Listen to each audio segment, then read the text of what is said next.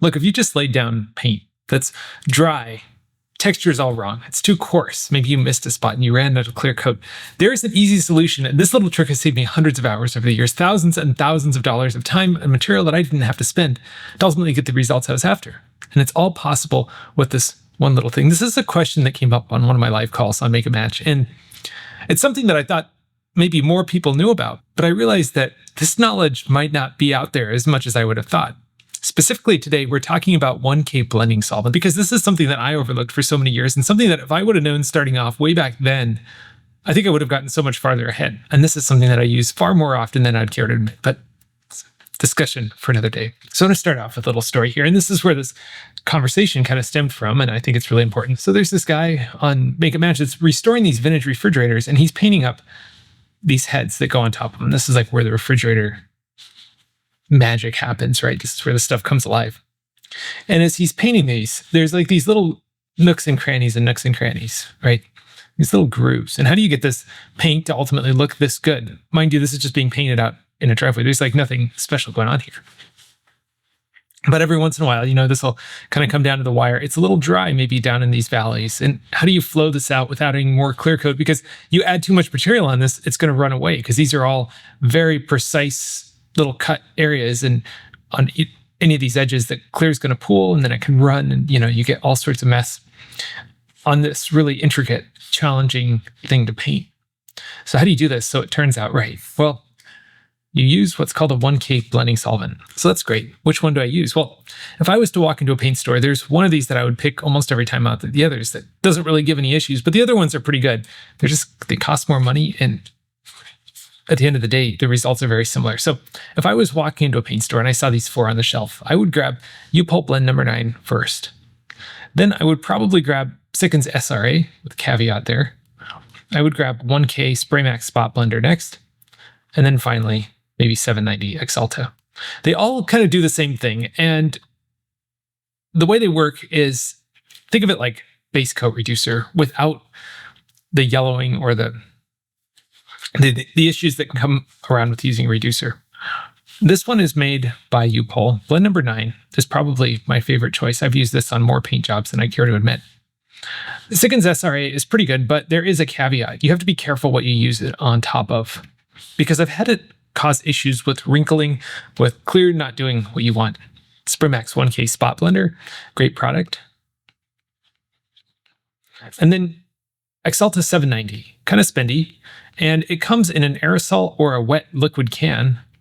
And if you get a can of it, you can pour it off into a trim gun or something like that you keep just with blending solvent in it. Okay, so those are the 4 blending solvents that I would run into. U-Pol Blend number 9. So at the time of making this video, I'm just going to go through these prices real quick. Let's just type in some different products here. U-Pol Blend number 9, about $20 a can. USC, about $40 a can. Axalta 790, $60 per can. SRA comes in both liquid or aerosol form, about $84 for the liquid form of it. I don't see it on here. It's not as expensive as that though for my jobber. I think I was paying about $40 a can. And Sikkens SRA is probably my favorite, but mainly because I'm on the AXO system. You have to be careful with it. It's not an end-all solution.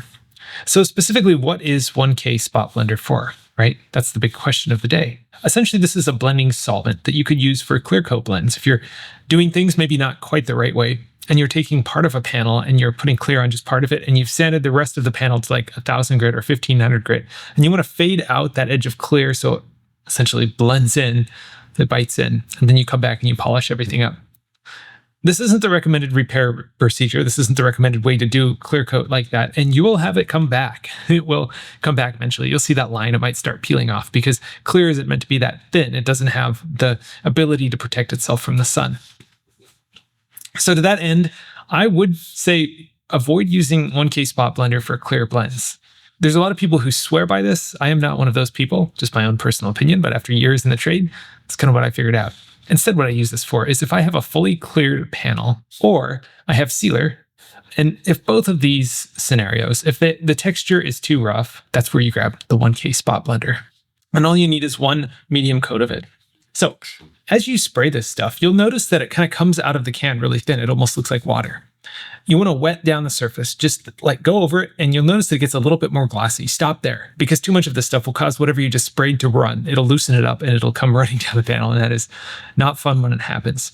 So what you're essentially doing is you're adding more solvent to what you just sprayed, and it allows the liquid paint. You have to do this right after you set the gun down. So if you run out of paint, set the gun down, grab the spot blender, come back up before it has even had a chance to think about hardening up. Because if it hardens up, game's over. You can't use it. It's not going to do what you want. And even worse, it could cause, if something's like halfway cured, it could cause it to lift with all that solvent. So you want to definitely do it when the material is still wet. And you go over the top of it and you spray one nice medium coat. And you'll notice it gets really wet, specifically like on this cross-check door where I was doing this blend. And it wets out the surface. But what it does is it allows all those tiny little microscopic particles of whatever material you just sprayed, whether that's clear coat, whether that's sealer, to kind of relax, to spread out and quiet down. They'll soften out. They'll kind of flow out on the panel, and that's what you're after. Let me show you an example of this. So if you have like a door, right, and there was like a big dent at the bottom of the door, right, you fix this, you fill it all in, you've primed it, it's all good to go. It's all sanded down. This is a good repair area. Well, you need to add color like here, right? And then maybe like a little bit of color out here.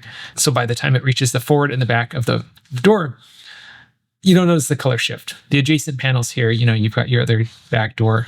And then up here, maybe you have a fender. This is an excellent drawing, but you get the point. So you have a fender like that, right, on this world's worst ugly car.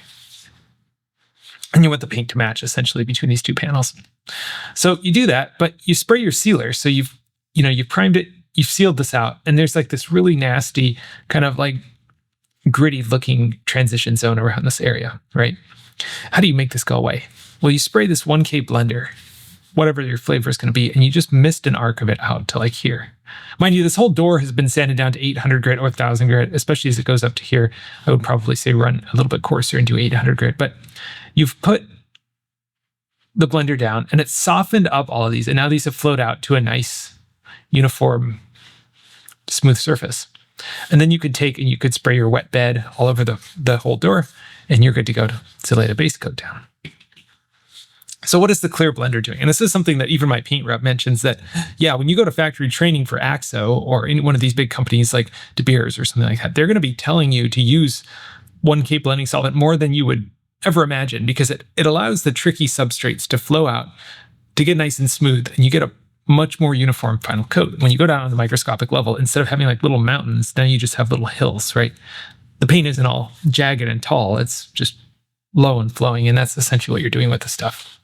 Now, if you have a hood and you're spraying out your hood, right?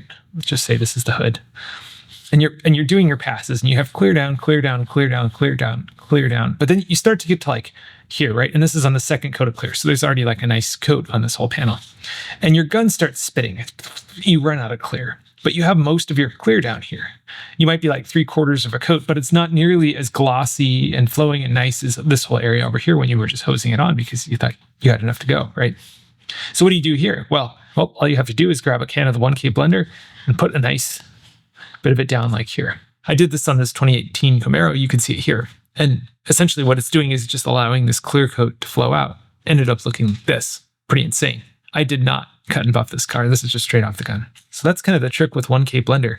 You use it to soften sealer and clear coat. You could use it really on any catalyzed urethane product. That's where I would stop short. I wouldn't use this on base coat because it could actually redistribute the base coat metallic, and it could cause a final finish that's a lot blotchier, maybe not as finely atomized and perfect looking as what you would get straight out of the gun. So if you haven't started using 1K blender already, I would highly recommend picking up a can of this and just having it on the shelf in your shop, because as you work through paint jobs, you'll find that you get stuff that isn't quite right. Sealer that's maybe a little bit too coarse, maybe you ran out of sealer, or maybe you've got the sealer down, but you looked at it like a minute after you're done spraying it, you've already cleaned out your gun. You're like, oh crap, I missed that little area, but it's still wet. You can come back and you can mist a little bit of this on there and it'll help it flow out just a little bit. And that's how you get it super smooth. This works great on sealer. It works good on clear coat. And ultimately, if you follow this and you work within what the product can do, especially if you're on like a horizontal surface and you put it on while it's still wet, you walk away, it's going to help that product flow out just a little bit. You're going to get a smoother finish. You're not going to add any more product onto the panel, so you don't have to worry about it getting too thick, running, giving you like fat sausage edges around like a hood or something like that, where you have the clear kind of like accumulates at the edge of a panel, and you always have those lumps of clear, like the edges always look thick. especially common with high solids clear coats.